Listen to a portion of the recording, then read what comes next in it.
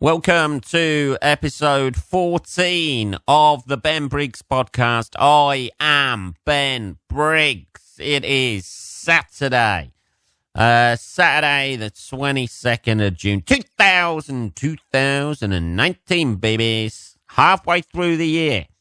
It was the longest day, apparently, yesterday here in the UK, Scotland, Wales, England. The longest day, apparently, yesterday. So I was told. I don't keep abreast. Kinky. I don't keep abreast of these things. But my mother told me yesterday when she came round to see me, did you know it is the longest day? I did not, mother. I did not. But yeah, that seems to be a bit lost these days, doesn't it? All those things. Hey man, do you know it's a pagan festival? Don't the pagans celebrate the longest day or something like that? They all gather round in the fucking bed sheets and go up to Stonehenge. I don't know. Do they do that? Do they still do that now, or has that been banned? I imagine that's been banned. Somebody who got fucking attacked by someone in a bed sheet made a petition and stopped that. It triggers me, baby. It triggers me. Every time I do my laundry, I'm reminded of it. It's Saturday, people. It's 8:30 at night. Ben, why aren't you gigging? Because it got cancelled.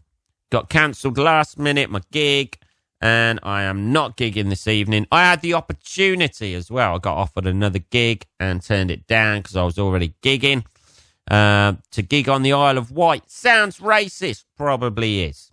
The Isle of Wight privilege, I imagine it is these days known as. But I was offered a gig on there. I've never been to the Isle of Wight. I don't know anything about it. Basically, it's a little island. It's all in the name. It's a little island off the south coast of England. And I think you can only get there by ferry or something like that. I don't know. I don't think it's that far away. It's on the arse end of England. And I was offered a gig there, but I didn't take it, people, because I already had a gig and then my gig got cancelled today, man, which happens every now and again, and you just have to suck it up and take it. So, that's why I'm in tonight, people, and it's 8:30, as I said, in the evening. Still bright sunshine outside. Still bright sunshine outside. The rain has stopped. Why are you giving us a weather report, Ben? Because it's finally could be summer, people. Finally. It could be our second summer we're having. We had about a week of it a couple of weeks ago where it was nice, and it's come back nice again. Glorious.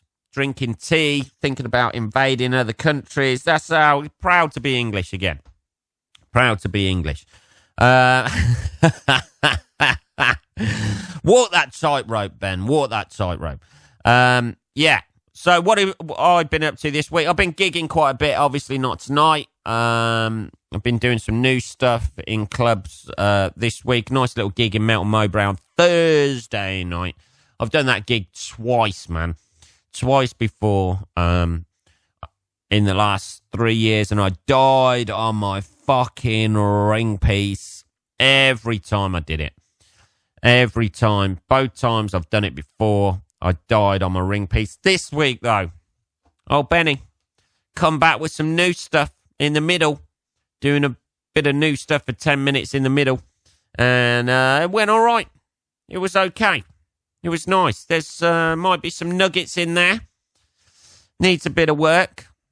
Forgot half of it when I was on stage, even though it was written on the back of my hand. I don't know why I do that, because I don't even look at the back of my hand at gigs. I just write it there. I think, like, somehow through the power of my own skin, I'll be able to remember what I have clawed into the back of my hand with a biro. But unfortunately, I'd washed my hands before I went on stage, and it was a bit smudgy anyway. And it just looks as though you're highly unprofessional going on. You might as well go on stage with notes rather than writing on the back of your hand. But for some reason, it just seems like I'll remember it better if it was written on my hand. But I forgot half of it and then finished on a little bit that was related to it. A little bit of older stuff that I've added stuff to. I know. Just slash and burn it, Ben, instead of keep adding to it. I know, people. I know. But, yeah, there was a nice little bit I added to that, so that was quite nice. The new opening went across quite well, which I was quite happy with, because they're quite an older... It was in Melton Mowbray, home of the pork pie. I think, yeah, Melton Mowbray's got one of those things like champagne, I think. You know, like you can only call it a Melton Mowbray pork pie if it comes from a certain fucking distance around Melton Mowbray. Yeah? It's not a Melton Mowbray pork pie if it doesn't come from, 1 mile radius of where the first ever fucking pork pie was made. Yeah, it's one of those places, like Champagne. You have the Champagne region, don't you? And they can't call it champagne. I imagine that's why they invented Prosecco. That's probably not true, to be honest. That's just me thinking. But yeah, it was quite nice little gig. I managed to inadvertently fuck up somebody's date. There was an older couple. I didn't find this out until after the gig. Talking to an older couple on the front row of a gig, and it was their first date. First date, they must have been in their 50s. Things haven't gone wrong. There's a lot of baggage they were carrying with them. That's all that happens when you date over your 40s, by the way. You're just inheriting issues that other people have given people. That's it. And then you've got to deal with all of that shit that some other geezer has put in their fucking head about, like them having a fat ass or like them being insecure about. And then you have to take on board other shit that guys have given women. So I managed to fuck up a first date, like as somebody said, like on a post on Facebook, so it must be true. But they were an odd couple anyway. That weren't going to work out. You could tell. They were just like odd around each other. I know it's a first date. You're never going to be completely yourself, are you? You know. I've never been completely myself on a first date ever, because you're trying to impress people, aren't you? You're trying to, you hide all them little foibles about yourself and that weird shit. Maybe not drop the C word in on a first date. Maybe hold back a few fucks, just to, you treat it like going round to see your gran, don't you? First date, that's it. You're probably going to get a kiss at the end. That's it. Kiss on the cheek.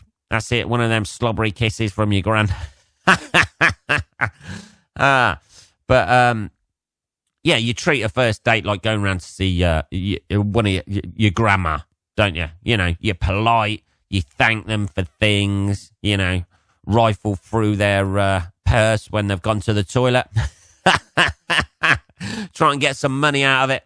My nan doesn't listen to this anyway, to be honest. So, she'll never know. But, yeah, so I managed to fuck up, allegedly fuck up a date. I don't know. They seemed a bit stuffy, really. It's going to be one of those boring relationships that they've got into in their 50s, one just before you die. It's great. We do a lot of walking together. One of them sort of relationships, I imagine. I imagine they were happy as anything, and then just discussed how offensive one of the acts was and bonded over that, and maybe had a little holding hand session and a kiss on the cheek, and that's it. You ain't getting any further than that at the age of 50 on a first date, I tell you. Yeah, they were they look dull. Like how people like in their 50s and that just look, they were both in beige, I think he had cream chinos on, and they just all look beige, both of them together, no sort of like, sitting there folded arms, no welcoming body language, but that's what happens. That guy could have been like a right player in his 20s. He's fucked it up completely, and now he's had to settle for somebody else who's had a tragic sexual history I imagine. And, and now who goes to a comedy club and sits on the front row on a first date? What's wrong with these people? And then expects everything to go great. First date, you try and find something out about people, don't you? You go for a drink. That's a first date. Not going to a comedy club and sitting on the front row, you keno. Hey, just showing I've got a personality here, baby, by taking you to a comedy club. Hey, I'm great with this. And then I walk on stage, effing and blinding. Welcome to your first date, sweetheart. So anyway, that was quite amusing. It was amusing for me, I imagine, and amusing for the rest of the audience. But I imagine for those people, it was a quiet car journey on the way home after I spoke to him. But so that was quite good. That was nice. It was nice running out some new stuff. Saw a couple of acts I know as well. Oh, Johnny Pearson, that was his gig. London-based Johnny Pearson. He was comparing it. Matt Bragg was on as well, and Nick Page of Britain's Got Talent fame. He was headlining, but I was just doing some new stuff in the middle, and it was quite nice, quite a relaxed vibe. I actually went on stage and did the thing that most people wouldn't do. And tell them to fuck off immediately, Ben? No, that wasn't it. It's nice to have a healthy contempt for your audience, but that wasn't what I did at the start. I was honest. I just said, it's nice to be here. I didn't do that thing of going, you only play this club twice in your life, once on the way up and once on the way down. It's nice to be back. I didn't do that. I did the. I just said it's nice to be here-ish, to be honest, because I've died on my ass. The last 2 times I was here doing new stuff. I'm giving you one more chance. And that sort of contempt went quite well for me. But it was an interesting gig and worthwhile. There's some new stuff in there, which is hopefully. I know. You never know. It's always difficult doing new stuff because you get excited about it. You usually do it the first time you ever do new stuff. It's quite exciting. And you've got that energy behind it. And it might go well. And then you realise that the second time you do it, the energy's not gone. You've probably done it in a different way. You're not quite as excited because you think, this is working. And you rest on your laurels a little bit, and then you'll die on your ass, and then you have to go back and rework it. And that's the way it goes. And then inevitably you'll drop it anyway. It's so futile, people. So what else have I been up to this week? I tell you what, I put the old video cameras up this week. I am stalking my neighbours now. Watching the neighbours. Not as often, actually. It started to fucking annoy me, actually, to be honest. Getting the announcements coming. Announcements is the wrong word, isn't it? Updates on my phone saying there is motion at your front door camera. I know, that was me. Stop stalking me, front door camera. I just went outside the front of my house. I know. It was just me doing that. All right? I'm not, alert me when a burglar's come in. That's it. That's all I want to know. I don't need an update every 5 minutes when a fucking bird flies by. Or a bee. Fucking hell. That was one of the things, a bee. I got about 4 alerts earlier today because a bee kept coming back. It's a camera, Mr. B.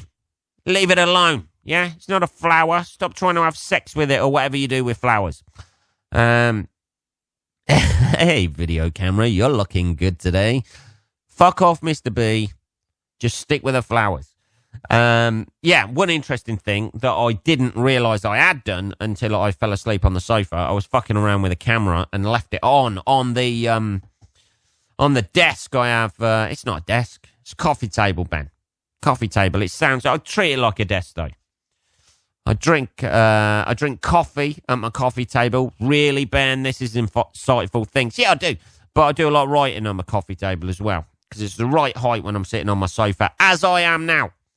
But I left the camera on there, and it was like facing me, because I've been fucking around with it and testing it out and that sort of thing. And then decided to have a little kip with the camera still recording. I don't know if you've ever seen yourself sleep, but it is a I'm a mental case. I woke up to about 25 alerts where I'd been kicking my legs, rolling over. At one point, I had my hand on the side of my head, and I was like lying flat. I'm actually acting this out at the moment. You can't see this. I was lying flat and then put my other hand on my left hip. So I had my right hand on the right side of my face and my left hand on my left hip. Like I was sleeping whilst modelling for a bikini shot. And then rolled over. And I'm a miserable sleeper. Talking in my sleep. I never knew I did that. Just angry. Fucking. Like I haven't got it all out in the day. So I need to carry it over to my sleep. You know, all of the things coming out of me. It was nice though. I felt refreshed after I woke up. But it's fucking weird. I've watched these programs on TV before where you watch people sleep and that sort of thing. Essentially Big Brother. That's all that was, weren't it? Half of the time just watching people sleep with the old bird tweet, tweet, tweet, tweet, tweet in the background. And I've never seen myself sleep before, so that was a revelation. Fuck knows. You know, no wonder I wake up and I'm knackered. Every day I get up as I get older, and the first thing you say is, oh, fuck it now. Knackered already. How can you be more knackered when you wake up than when you go to sleep? I'll tell you why. Because when you're kicking your legs, doing a marathon in your sleep, doing a bit of modelling, posing for the camera, that's why. But yeah, that kind of freaked me out a little bit. I don't know if anybody else, you know. I know there's people out there who can't sleep, whatever that's called. What the fuck is that called? Insomnia. Fucking, there it is. Right from the back of the brain, comes through. Yeah, I know people who, oh God, people with insomnia. Oh, hey man, I'm so switched on. I'm just like, my brain's just like so active. I just can't sleep. Oh, get over yourselves. Jesus.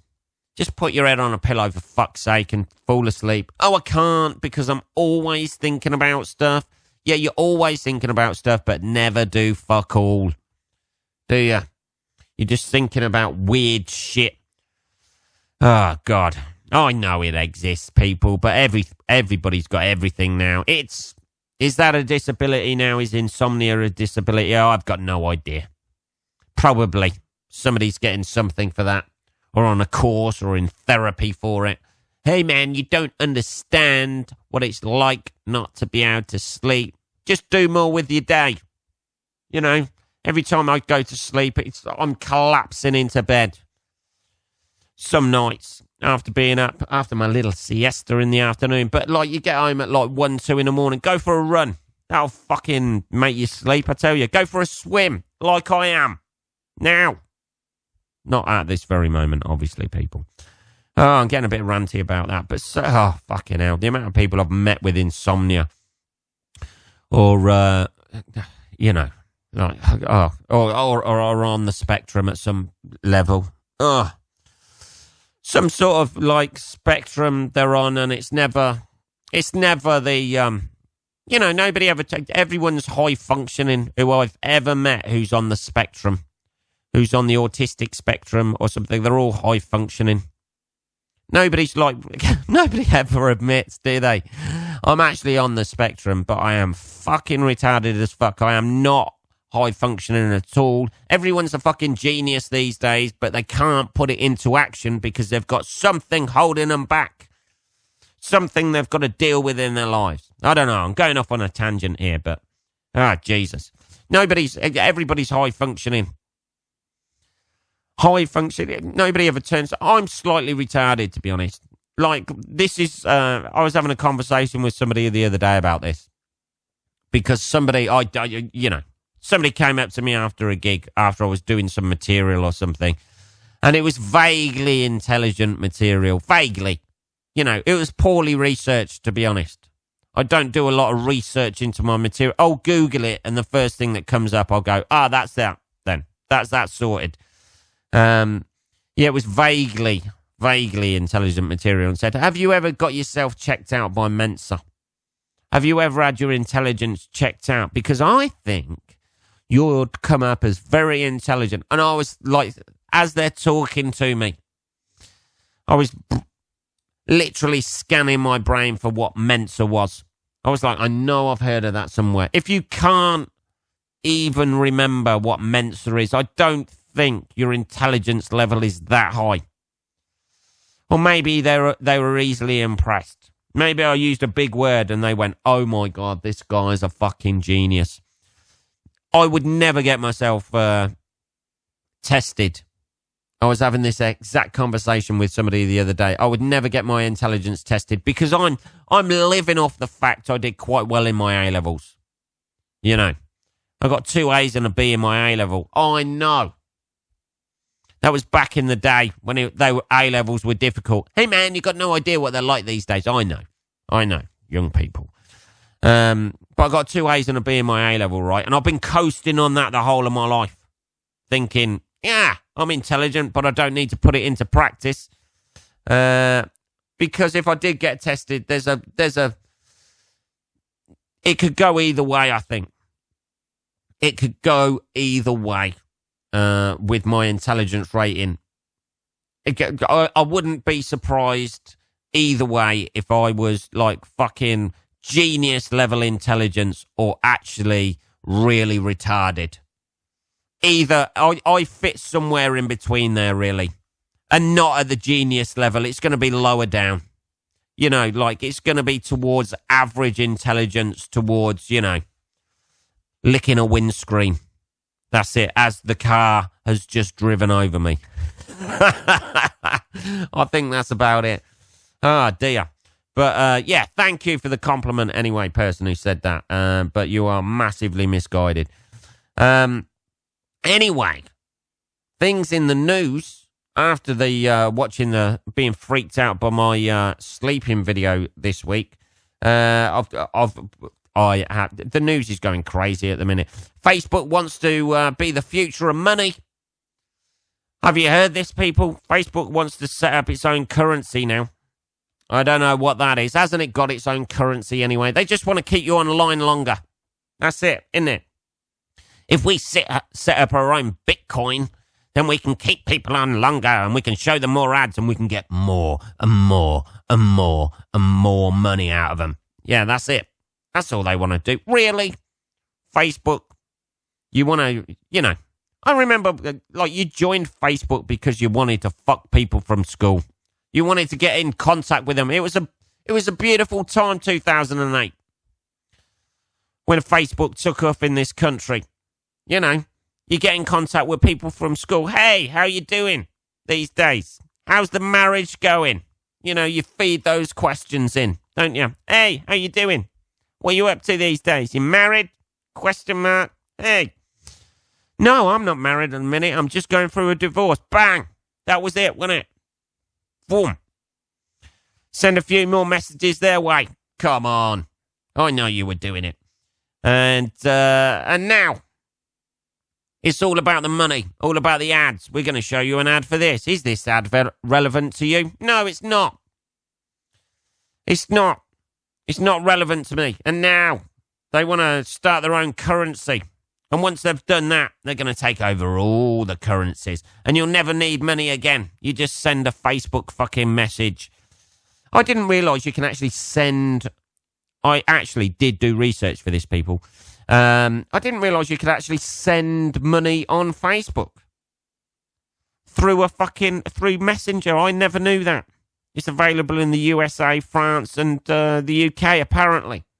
I never knew that. All you need to do is register your PayPal account, and then they've got those fucking details, and then they can show you. Then they can examine what you're fucking buying through PayPal and show you more fucking ads. But yeah, apparently they want to set up their own crypto. Is it cryptocurrency? I don't know. Have I just got that from somewhere? I don't know. But they want to set up their own cryptocurrency. And, yeah. And that's and it'll be like Bitcoin, but only better because it's fucking Facebook. Does Mark Zuckerberg actually just want to take over the world? Does he actually? Is it? I imagine they've replaced him by a Zuckerberg-looking robot at the moment. I imagine so. I imagine he's already had 2 in the back of the fucking head as soon as they sold shares in the company and floated them on the stock exchange. He had 2 in the back of the head, and they just replaced him with a fucking robot that just goes out there, and then there's just a board of fat directors, you know, just sitting around eating fucking chicken drumsticks with the fucking chicken in all their teeth and all the grease all over their fingers, just counting fucking money and finding other ways of getting money out of us. He's worth billions. Surely that's enough, isn't it? You know, Facebook used to be, hello, how you doing? You used to poke people. Hello, how you doing? You all right? You remember this? Oh, look at me dinner. Now it's like, fucking, we're going to take the fucking money. We're going to make our own money. And we're going to keep you online longer and longer and longer so you can see more fucking ads about things you don't want. That's all it is now, isn't it? Oh, gone are the glory days. Gone are the glory days. But anyway, yeah, that's what Facebook wants to do. They want to set up money. And they do it as a way of making it easier for you, don't they? Oh, it's going to be easier for you. Yeah, it's going to be easier for you, Facebook, to show us more fucking ads and you generate more money so you can buy up more fucking shit and just monopolize everything. And then eventually you've got, like, you vote through Facebook and you do this through Facebook and that through Facebook. You send money like that. You'll get married through Facebook. They'll get everything. People being born through Facebook. That's probably not possible, I imagine. Anyway, so that's one thing in the news. Fuck-ups of the week as well. Here's a fuck-up for you. One of the MPs in the UK, Scotland, Wales, England, Northern Ireland. One of the MPs, Mark Fields, this happened yesterday, I think, has been sacked for grabbing a climate change protester by the neck. That's what we do with climate change protesters in this country. Apparently, well, not apparently, I've seen the video. The video is online. You can see it. Matt Field has been suspended as minister after grabbing climate protester by the neck. It was a bit rough. It was at a black tie dinner or something like that. Climate change protester goes to walk towards the stage or approach another MP who was speaking. And he went a bit UFC on her. Grabbing her by the neck, got her in a chokehold. He didn't, actually. If you read all the comments on Facebook, he did. He got her, fucking hell. If you read all the comments on Facebook, it makes him sound, you know that bit at the end of Roadhouse? When Patrick Swayze, rest in peace. Patrick Swayze pulls the fucking throat out of the guy on the beach. It sounds like he did that, if you read all the comments. Basically, he blocked away. He got the back of her neck like she was a puppy. Like he was a mother dog carrying a puppy and ejected her out. And now he's lost his job because of that. He was a bit rough, I think. He could have just blocked her. You know, he was a big guy. Could have just blocked her. You know, she was female, the weaker species. Well, you know, in this scenario, she was smaller and weaker than he was. But, you know, maybe she could have, you know, everything's equal these days. She should have just given him an elbow, dropped him, and then carried on. How much do you want to save the environment, sweetheart?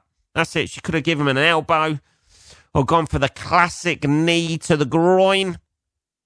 Took him out of the equation. But apparently, Mark Field escorted her out. But if you read all the comments underneath the news article, that's where the good stuff is, people.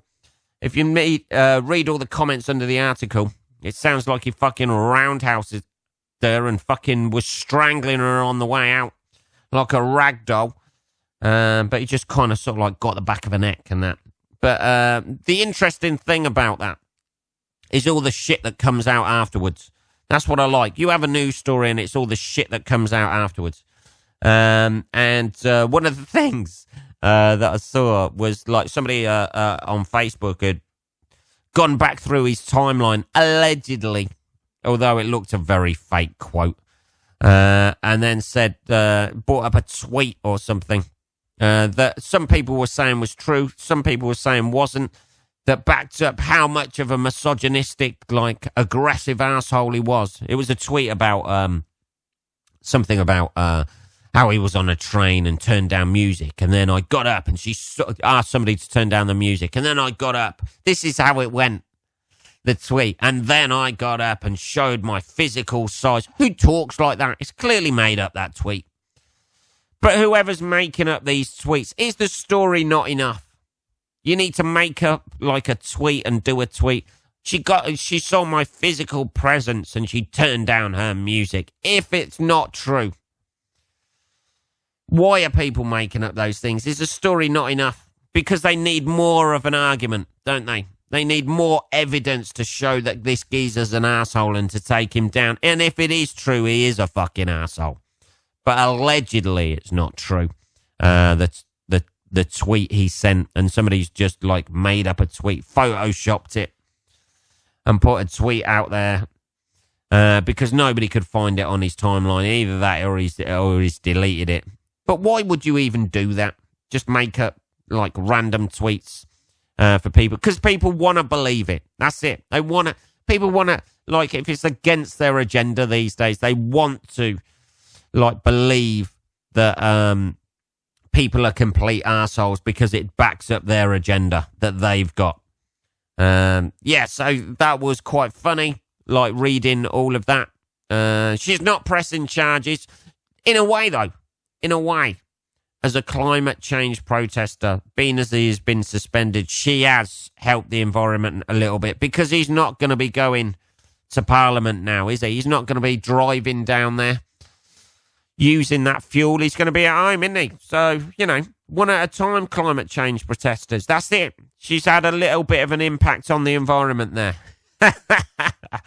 by the fact that he won't be travelling down to Parliament and using that petrol and polluting the environment. So good on her. She's got a few grip marks on the back of her neck, but she's done a good job. We're at, sorry, I had to have a coughing fit then for a moment. I made myself laughing at a coughing fit. We're at 33 minutes, people, but I've got one more thing to talk about. Oh, I know. There was something else in the news that made me laugh. The Spearmint Rhino. Spearmint Rhino, Spearmint Rhino, people, is a strip club that have multiple venues for women to get naked and get their boobs out in front of mainly men. Some women go there, don't they? And have a little look. Hey man, I'm curious. I'll go in. Those sort of people. People who like looking at naked women, I imagine, and don't mind paying for the pleasure. But Spearmint Rhino is under fire. I know. Who'd have thought that? A place where women get naked for money in 2019 is under fire. I know. Nobody saw that coming. Apparently some feminists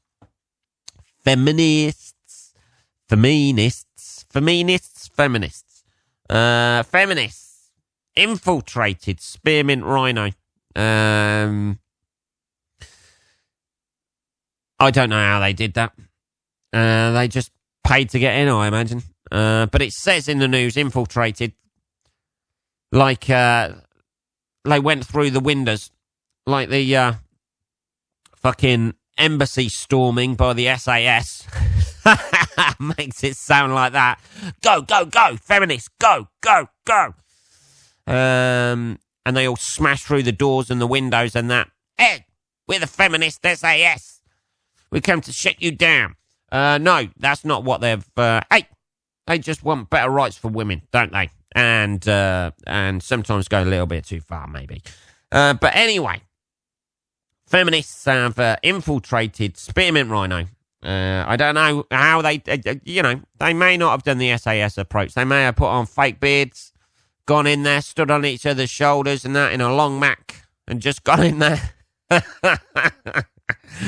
But they've recorded inside a Spearmint Rhino where they were shocked and appalled to find that women get their boobs out for money. No, that wasn't the only thing. Apparently, they went to the Sheffield Spearmint Rhino strip club and recorded people getting more than just lap dances. You know, I don't know. It didn't go into detail whether it was hand jobs, blow jobs, maybe a lap dance and some nachos. They thought the nachos is demeaning to women and cultural appropriation from Mexico. I don't know, but they were annoyed about the fact that women are in there. But the strippers are fighting back. They are demanding that it's a human right, I imagine, I don't know, a human right to get their jugs out for money in front of paying customers who are doing it behind their wives' backs. I imagine, yeah, so the Spearmint, Spearmint Rhino Strippers was the headline, a fight in the right to strip. It is my right to strip if I want to strip. I've got a great body. It is aging slightly, but it's still great, and people are willing to pay money to see my body. So it is my human right to get my boobs out in public and not be filmed. Oddly enough, it is you're not actually meant to film in strip clubs, I don't think. So the old feminists, I don't know. It's a difficult argument, isn't it? You know, like, if people want to do that for money, surely that's their, that's their thing, isn't it? Those girls earn good money. You know, most of them do anyway, I imagine. There's a few rough ones that struggle. You know, they work the quiet nights, Tuesdays and Wednesdays. You get the hotties at the weekend. But Tuesdays and Wednesdays, you get the fucking toothless fucking crones straight from the fish market. I don't know, really. I've been to a strip joint once in my life. Once. And that was on a stag do in Birmingham. And I tell you what, the strippers were very nice. I didn't have a dance. It's not really my thing. A lot of the time, it's not really my thing. So, like, I felt, you feel a bit awkward. But we went on a stag do, and I think we started drinking about 11 o'clock in the morning. And the cleaner, as we were walking, it was the Rocket Club on Broad Street in Birmingham. It's still there, I think. I remember doing Junglers last year and walking past it and thinking, holy shit, this place is still there. But 11 o'clock in the morning on a Saturday, this strip club opened. And I remember, like, there was about 8 of us or something, and the cleaner was going in, and we said, God knows what they were cleaning up, but we said, are you guys open? And the manager was going in at the same time, and he said, yeah, lads, just come in for a drink. And we went in, we had a few drinks early, there was a couple of girls there. I don't know, they could have been the cleaners. This is a weird fetish. With your duster on your head and your fucking pledge in your hand. This is very strange. It's a very strange strip club where people actually keep their clothes on and just go around, taking a layer of dust off the tables. But I remember later on when we were drinking, and it got to about 7 o'clock at night, and we just watched a United game or something like that, some football game. I think Man United were playing, and some absolute penis we were with went and smashed a bottle outside one of the clubs down Broad Street. or one of the pubs down Broad Street. Then the radio, all the bouncers radio each other, and we were banned from everywhere. But the old Rocky Club let us back in. It was the only place down Broad Street that would let us in because we weren't fucking arseholes earlier. And we got rid of the guy who smashed the bottle, and we were allowed back in, and we just sat there all night talking to the strippers, which it was quite an interesting conversation. It got to the stage where we talked to them that much. We were about to lose our last train, and they offered to put us up for the night. I know. You don't hear about that much, do you? The philanthropy of strippers. Yeah, so that's my strippers story. They were bloody nice girls that we were chatting to. You know, very friendly. They had to keep popping off every now and again. It was a broken conversation when other guys would come over, but they sat there with us all night just chatting. They didn't give a shit whether we paid them for a dance or anything like that. I don't think anybody even had a dance with them. We were just sitting there having a laugh, chatting with them. And it was a bloody good night. We got the train home on the way home, by the way. That would have been a story, wouldn't it? Staying over one night in a fucking apartment with a load of strippers. Jesus. Anyway, what are we on? 41. Oh, Jesus, man. This is meant to be half an hour, isn't it? I know, I'm finding my voice is getting a little bit deeper at the minute. Maybe it's talking about strippers, or maybe I'm starting to lose it. 41 minutes we've hit, people. That is episode 14 done and wrapped up. I'll be back on Tuesday with another exciting episode. Probably a little bit less about strippers. I don't know. Maybe that could be it. We'll just change it to be the Strippers Podcast and get strippers ringing in. I doubt that. Anyway, enjoy your rest of your Saturday, people. If you want to have a look at any videos, I'm still putting videos out. Got another couple of videos to upload to my YouTube channel, so you can have a look at that. Just have a look.